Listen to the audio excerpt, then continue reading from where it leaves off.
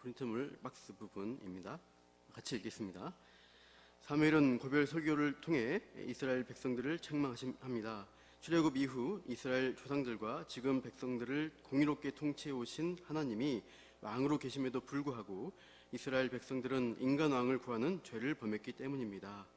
하나님께서도 그때가 비가 오지 않는 건기인데 우리와 비를 보내심으로 백성의 범죄에 대한 진노를 드러내십니다.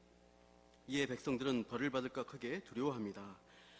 사무엘은 하나님께서 자기 백성을 버리지 않으신다는 약속을 전하며 사무엘 자신도 백성을 위해서 계속 기도할 것이고 바른 길로 가르치겠다고 백성들을 권고합니다. 오늘 나의 하나님, 우리의 하나님 이런 제목으로 말씀 나누겠습니다. 지난 수요일에 사무엘과 하나님이 얼마나 공의롭게 통치해 왔는가를 변증한 내용을 봤습니다. 사사로서 이 사무엘이 자신의 통치가 얼마나 공의로웠나, 즉 누구를 압제하거나 부당하게 수탈한 적이 있는가 하고 이렇게 물어봤을 때 백성들의 답은 뭐였나요? 당신이 우리에게서 빼앗은 것은 아무것도 없다라고, 당신은 결백하다고 증언합니다. 그만큼 사무엘은 청렴결백한 통치를 한 사람이었어요. 그리고 이어서 사무엘은 이스라엘의 본질적인 왕이신 하나님의 인도하심과 통치에 대해서도 이 백성들과 담론하게 됩니다. 하나님이 이 백성들을 어떻게 이끄셨는가 했을 때 하나님의 방법은 사람을 통해서 이 공동체와 백성들을 이끄신다는 것이에요. 먼저 믿음의 사람을 부르셨습니다. 그 부르심에 응답한 이 믿음의 사람을 백성들에게로 보내서 그 백성들을 구원하시고 다스리시고 또 바른 길로 인도해 가신다는 거예요. 출애굽 때 이 모세와 아론이 그렇게 쓰입니다. 하나님은 모세를 떨기나무 불꽃 가운데 만나시고 부르셔서 이스라엘 백성이 해방자로 보내십니다. 그리고 말 잘하는 모세의 형 아론과 함께 애굽의 바로와 맞서게 하셔서 애굽으로부터 자유케 하시죠. 그리고 광야길을 가는 동안 이 백성들을 훈련과 연단의 과정을 거치게 합니다. 모세가 이 하나님과 백성 사이의 중재자로 나서서 참 백성들 많이 가르칩니다. 그리고 백성들을 약속의 땅 가나안으로 드리는 데까지 수고합니다. 그러나 가나안 땅에 들어와서 백성들이 어떻게 됐어요? 지난 보시면은 이제 9절에 하나님을 잊어버렸습니다. 이 하나님 백성인데 이들이 가나안 종교와 문화에 섞여버리고 그래서 타락하게 되니까 이제 하나님은 이민족의 침략과 압제를 받게 하시는 징계해 주시죠. 그래서 백성들이 회개하고 부르실 때 그때 하나님은 어떻게 하세요? 사사를 세우시고 보내셔서 이 백성들을 구원해 주시고 또 바른 길로 인도하시려고 하십니다. 그래서 예로 든 인물이 나왔는데 여룹발, 즉 기드온입니다. 또 바락과 입다, 그리고 마지막에 나온 사사 사무엘입니다. 다 공통점이 있다고 했어요. 이들은 다 인간적인 약점과 한계를 가진 사람들이에요. 이 기드온 겁쟁이였습니다. 움푹한 포도주 틀에서 탁 트인 그 넓은 탁 트인 곳에서 밀을 타작해야 되는데 포도주 틀에 쭈그리고 앉아서 거기서 타작하고 있는 거예요. 숨어서. 기드온 군사들한테 수탈당할까봐 그렇게 하는 거죠. 근데 그런 기드온을 향해서 천사가 큰 용사라고 불러줍니다. 정말 현실적으로 겁쟁이였죠. 근데 하나님이 이 기드온에게 은혜를 주셔서 실제로 이제 큰 용사로 만들어 주십니다. 그를 통해서 온 백성이 은혜를 입게 됩니다. 역시 겁쟁이였던 장군 바락, 이 사람에게 또 하나님이 여장부인, 여선지자 드보라를 붙여주셔서 승리의 은혜를 주십니다. 전출인 기생의 자식 입다 또한 하나님이 다 사람들이 무시했지만 그 사람을 놀랍게 사용하시는 것이죠. 마지막으로 이 아기를 낳았었던 여인 한나가 기도를 통해 낳은 그 아들, 은혜로 얻은 자녀 이 사무엘이 지금까지 이 이스라엘을 든든하게 지켜오고 인도해 왔다는 거예요. 이렇게 하나님과 사무엘을 통해서 신실하게 하나님이 사무엘을 통해서 이렇게 인도해 오셨는데 백성들은 뭘 요구한 것입니까? 오늘 본문 12절 말씀 같이 읽겠습니다. 시작. 너희가 암몬 자손의 왕 나하스가 너희를 치러 om을 보고 너희의 하나님 여호와께서는 너희의 왕이 되심에도 불구하고 너희가 내게 이르기를 아니라 우리를 다스릴 왕이 있어야 하겠다 하였도다. 그러니까 암몬 자손의 왕 나하스가 쳐들어온 거예요. 이런 문제 상황에서 이 백성들 대처 상황은 이제 하나님의 도우심과 구원을 바라보지 않고 암몬 왕 같은 존재가 우리에게도 있으면 좋겠다. 그러면 문제가 해결되겠다. 이 암몬 왕처럼 싸움 잘하는 사람이 눈에 보이는 왕이 우리에게도 있어야 되겠다. 이렇게 요구하는 거예요. 이 요구의 이 배후에는 하나님의 왕 되심을 거부하는 이 백성의 의도가 불신앙이 있는 것입니다. 그동안 우리를 인도해 오신 그 하나님의 신실하심을 믿지 않는 거예요. 성도 여러분, 우리는 우리의 과거의 삶 가운데 인도하신 하나님이 어떤 분이셨나 한번 생각해 보면 좋겠습니다. 나를 하나님 백성을 불러주셨던 그 첫사랑의 순간, 그때 어떤 마음이셨어요? 얼마나 감격스러웠는가. 내 영혼을 구원해주신 그 하나님의 은혜만으로 우리가 벅차올랐던, 만족했던 그 순간이 있었습니다. 또한 어려운 시절에 하나님을 의지하고 구하면서 말씀을 믿고 인내온 또 그 힘든 순간들을 잘 통과한 순간들도 있었어요. 분명히 그때 보이지 않지만 살아계신 하나님 믿고 의지할 때 도우시는 그분의 응답을 또 그 은혜를 경험을 했습니다. 세상이 두렵지 않았죠. 그런데 살아오면서 우리가 세상 풍파에 이렇게 시달리고 신앙생활이 일상화되고 습관화되면서 우리가 또 변질되는 부분도 있습니다. 경제적 어려움도 겪고 까다로운 인간관계를 겪는 가운데 어느 순간 우리가 눈에 보이지 않는 하나님이 아니라 눈에 보이는 것을 의지하는 경향이 생기는 것이죠. 돈이 많으면 문제가 없을 텐데, 내 집이 있으면 좀 걱정이 덜할 텐데, 내가 건강하면 좀 살만할 텐데, 이러면서 우리가 어떤 보이는 그것들을 의지하는 성향이 있게 됩니다. 근데 우리가 겪어왔다시피 아무런 문제 없는 순간들은 많지 않습니다. 항상 잠잠하다 싶으면 뭔가가 터지고 또 우리를 놀라게 하는 일들이 있죠. 사실 우리가 너무 평안할 때는 하나님을 찾기가 어렵습니다. 그래서 그 하나님을 경험하는 게 더 어려워지는 것이죠. 오히려 힘든 문제 상황에서 살아계신 하나님을 경험하기가 쉽습니다. 그런데 왕을 구하는 백성들처럼 이 세상의 가치와 방법들, 이것으로 문제를 해결하는데 익숙해지는 순간에 우리가 우리의 왕이신 하나님을 제쳐두고 잊어버리고 내가 가진 것으로 쉽게 해결하려는 태도를 갖게 돼요. 그래서 내가 가지고 있는 것, 내가 손쉽게 통제하고 조종할 수 있는 것을 의지합니다. 그게 여기서 본문에서 말하는 인간 왕이고 성경 신학적으로 우상 숭배입니다. 하나님 버리는 태도를 갖게 된 것이죠. 오늘 본문에 13절에서 15절 보시면 사무엘은 왕을 구한 백성들에게 경고를 합니다. 근데 여기 보시면 많이 반복되는 단어가 있습니다. 우리 한번 읽어보면서 그 단어가 뭐가 반복되는가 좀 찾아보시면 좋겠어요. 13절에서 15절 세 절 한번 같이 읽어보겠습니다. 시작. 이제 너희가 구한 왕, 너희가 택한 왕을 보라. 여호와께서 너희의 왕을 세우셨느니라. 너희가 만일 여호와를 경외하여 그를 섬기며 그의 목소리를 듣고 여호와의 명령을 거역하지 아니하며 또 너희와 너희를 다스리는 왕이 너희의 하나님 여호와를 따르면 좋겠지만은 너희가 만일 여호와의 목소리를 듣지 아니하고 여호와의 명령을 거역하면 여호와의 손이 너희의 조상들을 치신 것 같이 너희를 치실 것이라. 여기 보시면 뭐가 많이 나오나요? 왕도 나오지만 여호와라는 단어가 세보면 7번 나와요. 한 번만 써도 될 것 같은데 자꾸 여호와의 명령 이렇게 나오죠. 뒤에 보시면 16절에서 18절에도 그렇습니다. 거기도 하나님의 경고의 메시지가 거기 나오는데 거기 나온 단어도 보시면 여호와께서, 여호와께, 여호와의 목전 쭉 여호와라는 단어가 여기도 7번 나와요. 그러니까 이 여호와라는 호칭이 참 많이 의도적으로 쓰여있다는 것을 이 본문을 통해 경고 메시지에서 발견하게 됩니다. 이 여호와라는 이름의 배경을 제가 좀 오늘 설교 준비하면서 좀 PPT로 만들어 봤는데요. 조금 어렵지만 좀 유익이 되실 것입니다. 이 글자인데요. 이게 히브리 문자로 여호와라는 글자를 읽겠습니다. 근데 히브리어는 특징은 모음을 쓰지 않고 자음만 기록해요. 그러니까 이게 자음으로 되어 있어요. 여러분 이제 퀴즈 한번 내볼게요. 요즘 많이 유행하는 초성 퀴즈인데요. 저 글자 가지고 무슨 뜻인지 알 수 있을까요? 맞춰보시겠어요? 위에 있는 거 아래 있는 거 다른 건데요. 위에 뭐겠어요? 남문교회 잘 아시네요. 밑에 그냥 제가 넣은 건데 옛날에 가라사대 이런 거. 그러니까 어떤 모음이 붙어야 말을 읽을 수가 있어요. 그냥 초성만 갖다 놓고 자음만 갖다 놓고 읽으라 그러면 읽지 못합니다.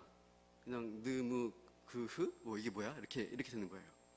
근데 이 히브리어 이 글자가 여호와 이름 글자가 사실 그렇다는 거예요. 그래서 우리말로 자음으로 옮기면 저렇게 된 표시입니다. 저렇게. 저거 어떻게 읽어요? 읽을 수가 없어요. 으흐 어떻게 읽었지? 이렇게 되는 것이죠. 그래서 히브리어에도 사실은 읽을 때 모음이 있습니다. 그런데 표기는 하지 않아요. 그냥 어렸을 때부터 이 자음 글자를 보고서 모음을 붙여서 읽는 훈련을 통해서 이들이 성경을 읽게 됩니다. 그래서 그렇게 이제 해왔는데, 특히 여호와의 이름을 나타내는 이 네 개의 문자, 이것을 함부로 발음하지 못했습니다. 왜냐하면 이 하나님의 이름이라는 것이 지극히 거룩하다고 생각됐기 때문에 이것을 사람이 말로 읽었다가 불경죄를 지을까봐 아예 읽지 말자, 이렇게 그 강박관념에 단어를 읽지 않았다고 합니다. 그래서 아예 성경을 읽다가 이 단어가 나오면은 어떻게 될까요? 그냥 뛰어넘으면 말이 안 통하잖아요. 뭔가 들어가야지 말을 이을 수 있잖아요. 그래서 다른 단어를 대체해서 읽는 것입니다. 그래서 이 단어를 아도나이라는 단어를 이 네 개 문자를 대체해서 아도나이라고 읽어요. 뜻이 나의 주라는 뜻입니다. 그래서 이렇게 이 문자가 나오면 아도나이 이렇게 읽으면서 나의 주라는 하면서 하나님 여호와라는 이름으로 이해하고 있는 것입니다. 그렇게 성경 시대가 지나고 한참 후대에 중세 12세기 이후 이제 유태인 랍비들이 이제 자꾸 이 문자 읽는 게 이제 어려워지니까 모음보호를 고안합니다. 그래서 이제 성경 시대에 한참 뒤에요. 그래서 히브리어 성경에다가 모음보호를 넣는 작업을 합니다. 그래서 이 네 글자 이제 다른 성경 다 넣는데 이 네 글자에는 모음보호를 안 넣어요. 그냥 이 문자로 남아 있어요. 못 넣습니다. 왜냐하면 이미 이 글자 발음이 어떻게 되는지를 다 모르는 거예요. 솔로몬 성전 파괴된 이후에는 거의 유실된 걸로, 그러니까 이 발음 읽는 것을 전해지지 않는 것으로 이제 되어 있는데요. 그래서 이 단어를 어떻게 할 것이냐 번역하다가 이제 어렵죠. 이게 좀 잘 안 보이시는데 아도나이라는 글자에서 여기 이게 영어로 아도나이입니다. 이 모음 A-O-A 이거를 따와서 이 네 개 발음을 이렇게 이제 모음 자음만 따면 이거거든요. 영어로 여기 사이에다가 넣는 거예요. 이렇게 넣는 거예요. 이렇게 해서 이 발음을 읽어보자. 이렇게 이제 뭐 영어 성경 번역합니다. 저기 보시면 A로 된 부분이 에나 요로 바뀌어 있잖아요. 혹시라도 잘못 R을 읽어서 진짜로 여호와 이름을 읽어버리면 죄질까봐 그걸 A로 바꿨대요. 또 넣을 때. 뭐 그렇게 뭐 많이 배려해서 이제 이렇게 여호와 이렇게 이런 이름으로 우리 성경에는 이렇게 돼 있어요. 그러니까 사실상 성경 시대는 이 여호와라는 이름을 쓰지 않았던 거죠. 이렇게 발음하지 않았던 거죠. 알 수 없게 된 것입니다. 그러니까 어떻게 발음상 신조어입니다. 그러니까 이제 유대 랍비들은 뭐 저렇게 읽냐라고 이제 우리한테 뭐라 하겠죠. 그래서 아무튼 우리말 성경에는 여호와라 되어 있기 때문에 제가 여호와라고 계속 그 의미를 살리면 됩니다. 그래서 여호와라는 이름의 어원은 하야 동사, 존재하다, 있다라는 동사에서 온 것으로 추정합니다. 근데 이 이름은 하나님이 계시할 때요, 그냥 홀로 유아 독존하시는 하나님, 혼자 계시는 존재 의미로 사용되지 않습니다. 이 여호와라는 이름은 항상 인격적 관계 안에서 쓰이는 이름이에요. 예전에 제가 말씀드린 것처럼 창세기 1장에 보면은 태초에 하나님이 천지를 창조하시니라 하면서 하나님께서 이르시기를 뭐 이렇게 하나님이 말씀하실 때 이렇게 하면서 6일 창조에 대한 내용들이 쭉 이어져 나와요. 그리고 2장 4절에 가시면 또 창조 기사가 나오는데 2장 4절 이후에는 인간의 창조에 초점이 맞춰져 있습니다. 여기 보시면 아담의 창조, 선악과 명령, 그리고 여자를 만드셔서 결혼하는 장면이 2장에 있습니다. 근데 이 인간과의 관계에 집중하는 이 2장에서는 하나님의 이름이 어떻게 나오나 보면은 1장은 하나님이었는데 2장에서는 여호와 하나님으로 되어 있어요. 언약 관계에서 쓰이는 이름입니다. 하나님의 뜻을 말씀하시고 약속하셔서 인간과 관계 맺을 때, 인격적 관계를 맺을 때 여호와라는 말을 많이 씁니다. 아브람도 하나님의 부름을 받아서 가나안 땅에 들어갔을 때요, 돌 제단을 쌓으면서 여호와 이름을 불렀습니다. 인격적 관계이신 하나님을 부르는 것입니다. 특히 모세오경을 기록한 모세에게 그 인격적 이름을 잘 계시를 해주십니다. 떨기나무 불꽃 가운데 하나님이 만나주시면서 자신의 이름을 뭐라고 해요? 스스로 있는 자, 아시에르 예후의 아시에르라고 합니다. 예후의 아시에르 예후였네요. 죄송합니다.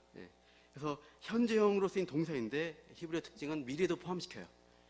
그래서 이런 의미로 해석할 수 있어요. 나는 그냥 존재하는 자, 현존하는 자이기도 하고요. 미래형으로요. 앞으로 내 뜻대로 되어질 나다. 앞으로 내가 누구인지 드러나게 될 나라는 의미예요. 그래서 나와 이스라엘 백성이 모세 너와 이스라엘 백성이 내가 누구인지 알게 되어질, 나타내어질 나로 만나주겠다는 의미입니다. 하나님의 존재라는 것은 우리 인간과 상관없이 홀로 독야청청하시는 하나님이 아니라는 말씀이에요. 항상 하나님 백성과 인격적 관계 안에서, 즉 택한 백성의 삶 속에 적극적으로 개입하셔서 동행하십니다. 우리를 그냥 내버려 두지 않으시고 항상 바른 길로 인도하고 다스려 가시는 분이 여호와 하나님이십니다. 우리가 그 하나님이 누구신가, 어떤 분이신가를 알고 깨닫는다면은 알아가면서 더 깊은 관계로 우리를 이끌어 가셔요. 그런 하나님이십니다. 이게 여호와의 이름의 의미라고 할 수 있어요. 하나님이 여호라고 이 본문에서 강조하는 것은 이 백성들이 인간 왕을 의지하면서 나의 관계에서 떨어질 것이 아니라 언약 관계 안으로 깊이 들어오라는 초청의 말씀입니다. 그 심정이 이 안에 담겨 있는 것입니다. 그러나 백성들은 이 하나님의 심정을 잘 몰라요. 그냥 그 여호와를 믿고 의지하는 관계로 동행하며 살아야 되는데, 그냥 눈에 잘 보이는 인간 왕이나 의지하고 여호와 하나님은 당장 쓸데없으니 제쳐두자, 뒷방으로 보내버리자, 이런 식이에요. 그러니까 하나님이 이제 진노를 드러내시죠. 인격적 관계에서 하나님을 그냥 배제하고 떠나버린다, 그냥 우상숭배자로 돌아간다 하면 어떻게 될까요? 하나님 버리는 자는 심판을 받을 수밖에 없어요. 경고 메시지로 하나님이 심판의 어떤 자연 메시지를 보여주십니다. 16절 보시면 이제 너희는 이제 가만히 서서 여호와께서 너희 목전에서 행하시는 이 큰 일을 보라. 큰 일을 행하신다. 무슨 일이냐? 17절 보십시오. 오늘은 밀을 베는 때라고 합니다. 태양열로 5월, 6월 정도이고요. 이스라엘에서 이때는 비가 한 방울도 오지 않는 때입니다.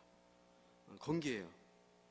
상식적으로 폭풍우가 일어날 수 없는 이때 하나님이 어떤 일을 행하시는가 보시면 17절 중간에요.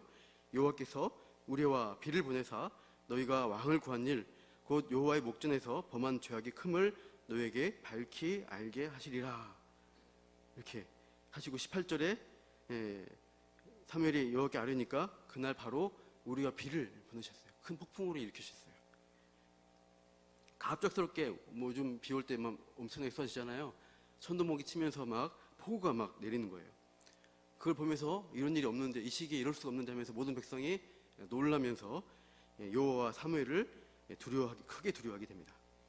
이 두려움은 어떤 두려움인가? 경외하는 두려움이 아니라 범죄자로서 받을 형벌에 대한 두려움이에요. 죽겠구나, 하나님이 당장 우리를 죽이실 수 있겠다는 두려움을 느꼈습니다. 그러니까 우리가 하나님을 버렸으니 하나님도 우리를 버리시고 죽일 수 있겠다, 그런 두려운 마음이 일어났습니다. 백성들이 어떻게 해요? 19절 보시면 살려달라 기도 요청을 합니다. 19절 중간에 우리가 죽지 않게 하소서, 우리가 우리의 모든 죄에 왕을 구하는 악을 더하였나이다, 이실직고 하면서 죽을 죄를 졌다고 살려달라고 기도해달라고 하는 것이죠. 그러자 20절 이후에 사무엘은 이 백성들에게 하나님의 약속과 뜻을 전해줍니다. 두려워하지 말라. 너희가 과연 이 모든 악을 행하였으나 여호와를 따르는 데에서 돌아서지 말고 오직 너희의 마음을 다하여 여호와를 섬기라. 돌아서서 유익하기도 못하며 고나지도 못하는 헛된 것들을 따르지 말라. 그들은 헛되니라. 우상숭배의 관계는 헛된 것입니다. 인격적 관계로 갈 수가 없어요. 나와 그것의 관계에 머뭅니다. 우상숭배는 본질적으로 나 중심의 욕망을 채우기 위한 수단으로 삼는 거예요. 그래서 나와 너의 인격적 관계를 맺지 못합니다. 수단일 뿐이니까 헛된 관계로 맺는 것이에요. 그러나 여호와 하나님과의 관계는 무엇입니까? 진정한 인격적 교제하는 관계이고 그분을 사랑하고 어떤 그분과의 관계를 맺는 특별한 관계입니다. 더 깊은 신뢰와 사랑을 나누는 관계로 발전하고 나아갈 수 있는 것이 하나님과의 관계입니다. 19절에서 아까 읽었지만 19절에 보시면 백성들이 사무엘에게 하는 말을 잘 주목해 보십시오. 백성들이 하나님 뭐라고 지칭해요? 당신의 종들을 위하여 당신의 하나님 여호와께 기도해달라 하죠. 우리 프린트룸에다 보시면 회색 글씨로 해놨습니다. 사무엘 죽음의 두려움에서 사무엘 당신 하나님께 기도해서 우리 살려달라 이러는 거예요. 백성들은 하나님과의 바른 관계, 직접적인 나와의 관계에 들어지 못하고 있어요. 당신이 하나님, 진노하신 하나님 좀 잘 이렇게 기도해서 무마시켜 달라. 당신이 좀 해달라. 당신 하나님께 좀 얘기해달라. 이러는 거예요. 나의 하나님, 우리의 하나님이라고 고백하는 단계가 아닌 것입니다. 왜 그래요? 자꾸 세상 것을 의지하고 왕을 의지하기 때문에 하나님을 멀리하는 거예요. 하나님 가까이 삼지 못합니다. 자꾸 하나님 멀리함으로써 무서운 심판의 경고에 직면하려고 스스로 그쪽으로 가는 거예요. 하나님은 본심은 어떠신가? 하나님은 이렇게 두려워하는 백성들을 원래 죽이려고 하신 게 아닙니다. 사실은 그들을 사랑하시고 돌아오라고 부르시는 거예요. 신뢰의 관계로 초청하시고 있습니다. 22절 말씀 같이 읽겠습니다. 시작. 여호와께서는 너희를 자기 백성으로 삼으신 것을 기뻐하셨으므로 여호와께서는 그의 크신 이름을 위해서라도 자기 백성을 버리지 아니하실 것이요. 예, 하나님은 어때요? 자기 백성 삼으신 것을 기뻐하세요. 내 백성 삼고 싶어 하세요. 하나님은 인간과 항상 인격적 관계 맺는 것을 기뻐하십니다. 관계 맺고 싶어서 부르시는 거예요. 그게 여호와라는 이름 안에 담긴 하나님의 뜻입니다. 진심입니다. 인간과 하나님의 하나님은 인간과의 관계에서 크신 사랑, 그 하나님이 주시고 싶은 그 은혜를 전해주고 나누고 싶어 하시는 그 마음을 가지고 계십니다. 그래서 하나님의 크신 이름, 그 언약에 충실하신 그 하나님의 이름, 여호와 이름을 위해서라도 그 백성을 버리시는 일이 없으시다고 말씀하세요. 그러니까 하나님은 반드시 부르신 백성을 책임지십니다. 그리고 관계 가운데 부르시는 거예요. 안 들어오니까 자꾸 이제 징계, 이제 고통을 통해서 또 연단을 통해서 우리가 하나님과 관계를 다시 회복되도록 이끄시는 것입니다. 이렇게 인도하신 하나님의 마음을 우리가 알고 백성들이 인간 왕 우상 숭배가 아니라 하나님과 관계로, 나의 하나님으로 들어가야 됩니다. 그리고 사무엘도 역시 하나님이 이렇게 약속하시는데 사무엘도 백성들에게 약속합니다. 역시 남은 생애를 내게 맡겨주신 이 백성을 위해서 충성스럽게 내가 목양하겠다. 너희들을 이끌어주겠다라고 약속하죠. 23절 보십시오. 나는 너희를 위하여 기도하기를 쉬는 죄를 여호와 앞에 결단코 범하지 아니하고 또 선하고 의로운 길을 너에게 가르칠 것이다. 기도함으로, 너희를 위해서 애써 기도함으로 너희를 돕겠다. 너희가 하나님과 관계를 회복하도록 이끌겠다. 그리고 가르쳐주겠다. 선하고 의로운 길이 무엇인가, 정말 하나님과 관계 가운데 들어가는 바른 길이 무엇인가를 계속해서 내가 배운 말씀들을 가르쳐주겠다. 이렇게 사무엘이 너희를 위해서 목양하겠다라고 또 약속하고 있습니다. 네, 그래서 너희를 위해서 그 큰일 행하시는 그 하나님, 너희를 위해서 이 자연 환경도 움직이는 그 하나님이 너희를 부르시고 있다는 그 외침이 이 본문에 있는 것입니다.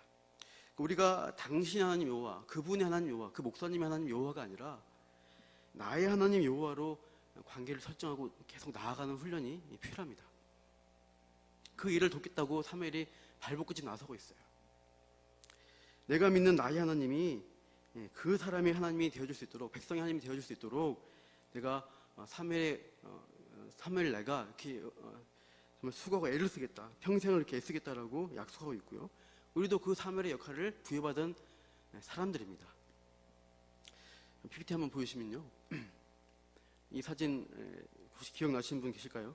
2015년 2월에 이제 극단적 무슬림이죠. 테러리스트였던 IS. 이 사람들이 리비아에서 이집트 콥트교회에 있는 기독교인을 21명을 처형하기 직전의 장면의 사진입니다. 이 학살로 이제 이들이 다 이제 죽고 나서 큰 공분이 있었죠. 근데 희생당하신 분들이 실제로는 21명이나 돼 있었지만 20명의 이집트 콥트 기독교인들과 그리고 1명의 아프리카 중부에 있는 차드 나라의 남성이 있었습니다. 개종자가 있었습니다. 이 빨간 화살표 보시면은 좀 이제 이집트 사람 같은 중에 얼굴 까만 사람 한 사람 계시죠. 저분이 리비아에서 일하다가 같이 납치된 차드 남성입니다. 이 차드인 남성은 기독교인이 원래 아니었습니다. 그러니까 난 예수 안 믿습니다 얘기하면 처형 피할 수 있었어요. 근데 함께 잡혀가지고 이제 처형 당할 위기에서 같이 일했던 20명의 그 이집트 그 기독교인들, 그들이 목숨을 걸고 예수 그리스도를 부인하지 않는 태도를 보여주는 거예요. 3대 신앙의 어떤 결정적일 때 그 모습을 나의 하나님이라고 고백하면서 보여주는 것이죠. 그래서 이들의 신앙이 진짜구나, 이 차대인 남성이 그것을 그 절박한 순간에 감동을 받은 것입니다. 그래서 이분이 이렇게 고백했다는 말이 있더라고요. 어서 내 목을 쳐라. 당신의 신이 이 무슬림의 신, 이 나의 신이 아니고 이 이집트인 그들의 하나님이 나의 하나님이다 라고 하면서 이제 기꺼이 순교를 당했다고 합니다. 그러니까 며칠 안 돼서 개종하고 그냥 돌아가신 것이죠. 미국 뉴욕대 교수였던 교수인 마이클 브라운 박사가 콥트교 지도자를 만나서 이 얘기 들었다고 하니까 이렇게 칼럼에 쓰인 내용입니다. 이 고백을 보니까 그들의 하나님이 나의 하나님이다 했을 때 참 우리가 누룻의 고백을 보게 돼요. 나오미의 며느리 누룻이 어머니 하나님이 나의 하나님이다 고백하면서 끝까지 나오미를 붙들고 따라갔습니다. 그래서 룻은 어떻게 했어요? 미래가 불투명한 그 베들레헴에 가서 그 약속의 하나님을 만나요. 보아스와 관계를 맺어주시고 결혼하게 해주시고 자녀를 낳는데 다윗의 가문 이론이 된 것입니다. 그 경험 가운데 그러니까 나의 하나님이라고 우리가 보여줄 때 그렇게 하나님과 관계 가운데 들어오는 사람들이 있다는 것입니다. 나의 하나님, 나에게 예수님을 부인하지 않는 신앙 고백, 헌신된 삶을 통해서 그들의 하나님이, 그의 하나님이 나의 하나님입니다 라고 고백하는 사람들이 우리 주변에 많이 일어나기를 축원합니다. 그러니까 당신의 하나님, 이렇게 당신이 기도해 주세요 하는 게 아니라 나의 하나님께 구하고 그분께 의지하고 고백하면서 또 그렇게 이끌어가는 사무엘의 역할들을 또 우리가 또 이 시대에 함께 수행해야 할 것입니다. 사무엘의 하나님 여호와께서 자기 백성을 삼으신 것을 참으로 기뻐하신다는 것. 그래서 자기 백성을 결코 버리지 않으시는 분이라는 것을 알아야 하는 것입니다. 이 백성들이 그걸 알기를 바라시는 거예요. 당신 하나님이 곧 나의 하나님, 우리의 하나님이라고 고백하면서 하나님과 깊은 관계 가운데 우리 또한 나아가기를 축원합니다. 우리 시편 18장 1절에서 3절 보시면 다윗의 고백 있는데 한번 빨간 글씨 중심으로 우리 1절부터 3절까지 나의 고백을 담아서 한번 읽어보시죠. 같이 읽겠습니다. 시작. 나의 힘이신 여호와여, 내가 주를 사랑하나이다.